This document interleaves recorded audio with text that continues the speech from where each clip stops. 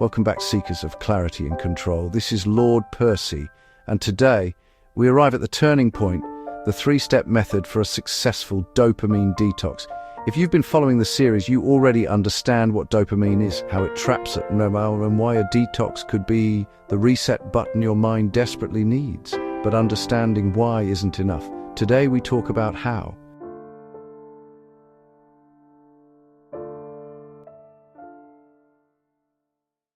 The first step, awareness, is the hardest because it forces you to confront the invisible chains you've built yourself. Siu reminds us that you cannot detox what you do not detect. We live surrounded by micro-hits of dopamine, scrolling through reels, binge-watching at 2 a.m., checking notifications every few minutes. Each moment, a little spike of excitement that keeps us trapped in anticipation mode. So the first mission is to observe your triggers. Keep a journal. Note what you do when you're bored, anxious, or tired. What do you reach for instantly? Your phone, food, noise? That's your dopamine dependency showing its face. Once you see the pattern, you've taken back the first bit of power. Step 2 is reduction. Most people think dopamine detox means cutting off everything at once, but that's not the point.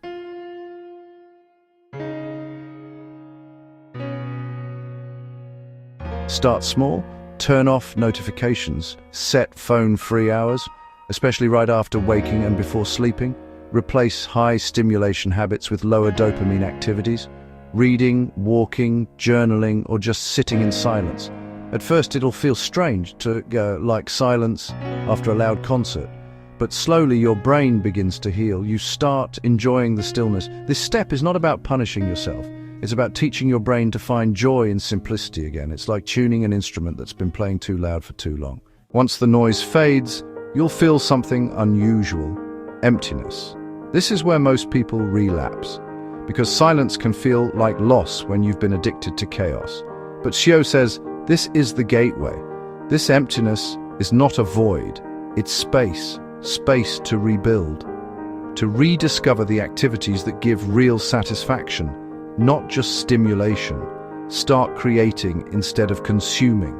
Learn a skill, meditate, read deeply, or spend time outdoors.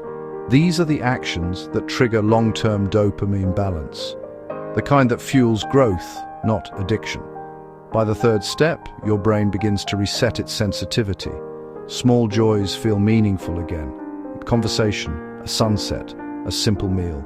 You realize happiness isn't in seeking more, it's in needing less. The three-step method may sound simple. Awareness, reduction, rebuild, but it's a revolution if you practice it consistently.